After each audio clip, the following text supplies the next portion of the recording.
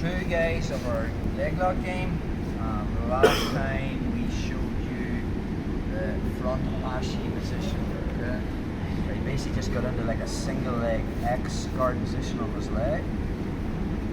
We took him down from the single leg X guard position to get into here. We talked about control of the knee line, making wedges, connecting my right heel to the inside of my left knee. Notice in the front ashy position, I'm facing car. Let's look about the saddle control position. Okay, so I'm going to lean back. I'm going to drag this leg across, and as I do, I'm going to sit up, and I'm now coming perpendicular to car. Okay, so we're into the cross ashy position, saddle position, 411, honeyhole, whatever you want to call it. Let's look about the control. Again, I've seen this whereby it's all about me controlling Carl's knee line.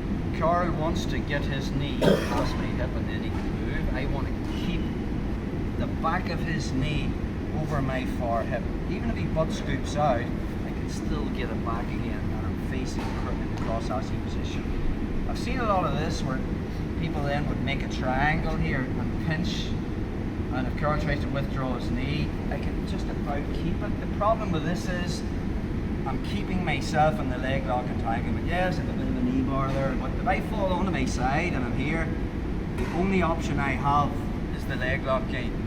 So we're going to think about a different type of control. Rather than being on my side, I'm sitting up. Okay, I'm going to make wedges, so my right heel is clamping to my butt and my left foot will go on top. For the sake of the drill, I'm just going to grab my shins. Now when Carl tries to withdraw his knee, he's dragging me along the mat. Okay, I want those wedges. Does that make sense? So let's look at that again. Just from our basic single leg X position. Now when you notice when we were playing this game, the wedge from the front ashy was with the left foot, and I was like hooking Carl's on the secondary leg and connecting my inside of my knee to my heel, if that makes sense. When I switch to the cross ashy of the saddle, it's my right foot, the one that's on the hip. When I pull it across, that's the one that makes the wedge. That's the one that's pulling back. The second one reinforces, and the detail is I'm sitting up straight. So when Carl now butt scoops back, I keep the knee line. So the first concept we're thinking about when we get into the saddle is we keep the knee line. Does that make sense? The other thing about the front ashy position, just turn around for all. Even though this is probably the most common, leg positioning for the leg locks, my feet are open. Carl can start to actually attack my legs. Yeah. Whereas when I get into the saddle, attack my legs now. My legs are hid. Alright. My 2 feet are underneath his hip there. And when I get control of that second leg, it's going to be very hard for Carl to attack my legs.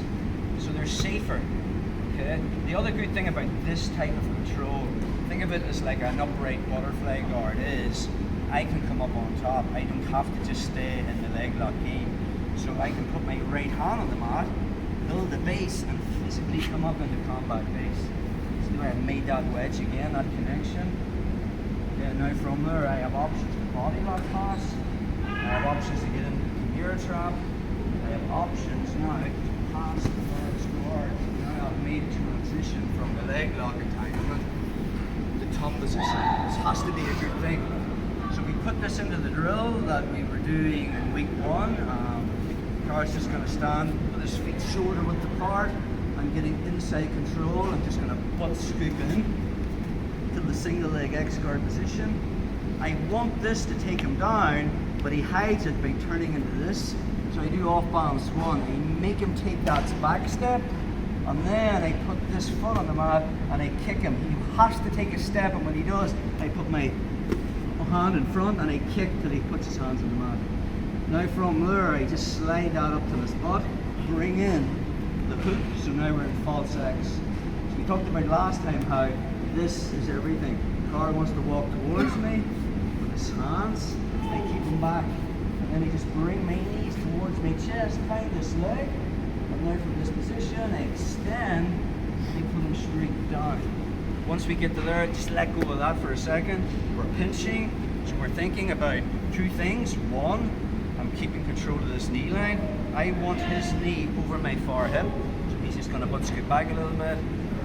Two, my own feet are safe at the minute, as long as I control this. And they're hitting under his. And then when we're comfortable with that, you're going to put your right hand on the mat. This foot's coming underneath, and I'm coming up into combat base. And I'm going to make a wedge here with my heel connected to the inside of my knee. From there, I'm going to want the under piece.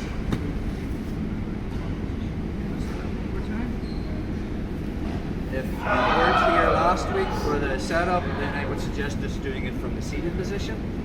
You're standing there. So I'm inside control, I'm going to pull myself in. So if I want to attack Cara's right leg, when I pull myself in, my left leg will come to the outside. There's that wedge again. Connecting my heel to the inside of my knee, keeping my hips high, because that's what I'm attacking. I really want this to put Cara down, but he takes it away from me. So now we do off balance one. I make him backstep, and then I kick him in the ass to get his hands on the mat. Then I come into false X. I make that wedge, pick him up. And once I have him up, I find that leg and I'm putting him straight down into the saddle. So now we're looking at the control. Three things. One, heel back, sole of the foot on top, pinch my knees, and keep this knee above my hip. So when he butt scoops back, good.